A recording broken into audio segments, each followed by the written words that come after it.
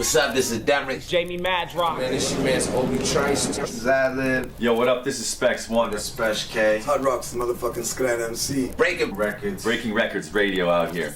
This is Breaking Records Radio. Check them out, man. Well, one thing I thought was interesting too, right? Like just to go back, like when you were extradited, because you had paid all that money, probably even more than what, 600,000 plus in federal and provincial taxes.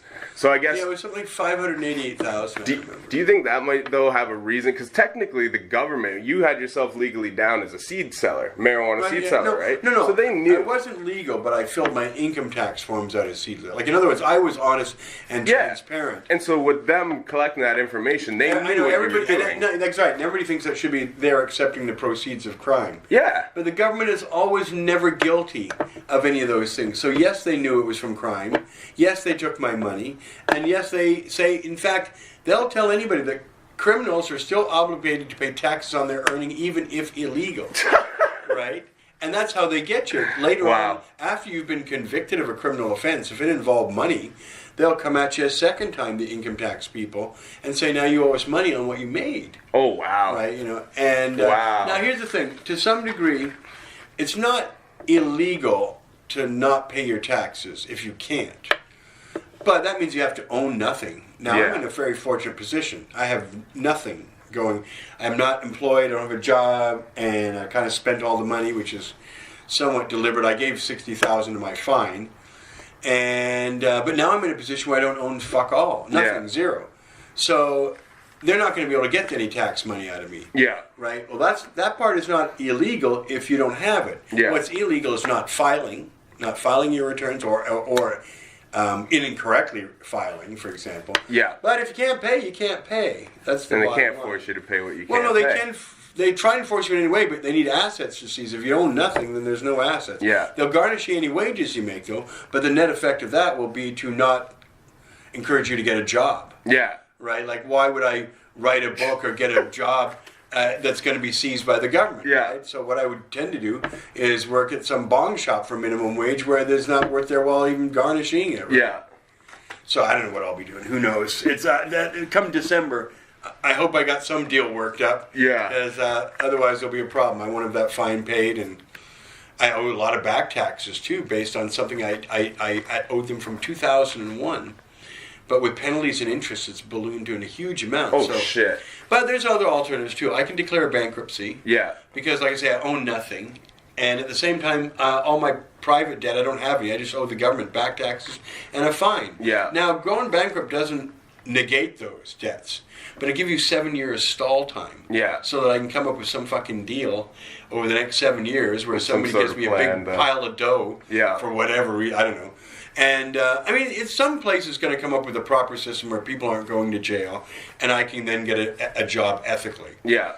That might even happen here. I'd gladly work for a licensed producer if Canadians weren't going to jail. Yeah. But while they're still going to jail, this whole system is just horrible. Yeah. Right? The whole idea of legalization is nobody goes to jail anymore. But we still got, somebody's getting arrested about every 38 minutes. Really? Yeah, there's going to be, at least in Ontario, they estimate 7,500 charges in the next year after legalization. Holy they give out 23 a day. Now, marijuana related. Yeah, 23 a day, and that's like 600 and some odd a month, which is 7,500 a year, and that's just Ontario. They're giving people charges all across the country, and it's the impaired driving things too. So, add that up, we're still going to get about 15,000 people a year charged for selling, growing, and possessing illegal weed. So that's even worse off than it was to even to begin with.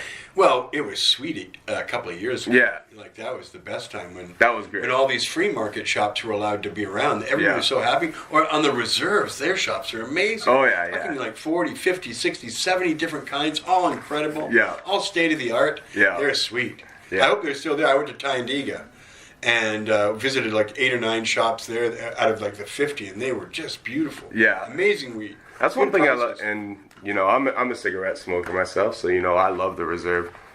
Right, I'm all about that. I'm all about that. What is it? $15 a carton? Yeah, if you smoke the stuff I smoke, it's like $24 a carton. Yeah, and whereas to buy it, it would be $110. Oh yeah, ridiculous. So that tells you that 4/5 of it is all taxes. Yeah, exactly, which is absolutely bananas. Because everyone else is going to be like, well, if they can charge No, but I mean, that $1,000 would get diluted if you went... Okay, so typically what the government does is they look at your website, they assume you've got everything in stock, take 1 ounce of everything, blend it in, divide it by 25 nugs, and that's your average price. Okay. But any strain that's $1,000 for, so it's going to make every other price average up by about $5. So all of a sudden, the average price, instead of being $6 or $9 a gram, is now $12 a gram. Maybe it's a tactic to raise.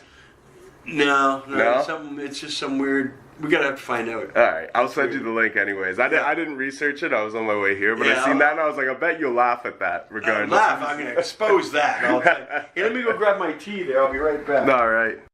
Yo, what's up? It's your man, MLNY, Maloney, Breaking Records Radio. You know what it is. I'm just here to tell you guys right now that you want to, if any of my smokers out there, basically, any of my Canadian smokers, now that it's legal, what you got to do is you got to head over to thccollection.com and check them out. And make sure you use the promo code HIPHOP. That's HIPHOP. And that's all capital letters. Save 10% on every purchase that you make. Anytime. They got everything. They got deals every single day of the week, which include like free whatever with whatever you buy. And my favorite is Tulip Tuesday. You can get $100 ounces, and that's only on Tuesdays, and you save 10% on every purchase with the promo code HIPHOP, all caps. That's HIPHOP. So make sure you go over there, check them out. That's thccollection.com for all your good medible needs, for all your good greenery, your extracts, and all that good stuff.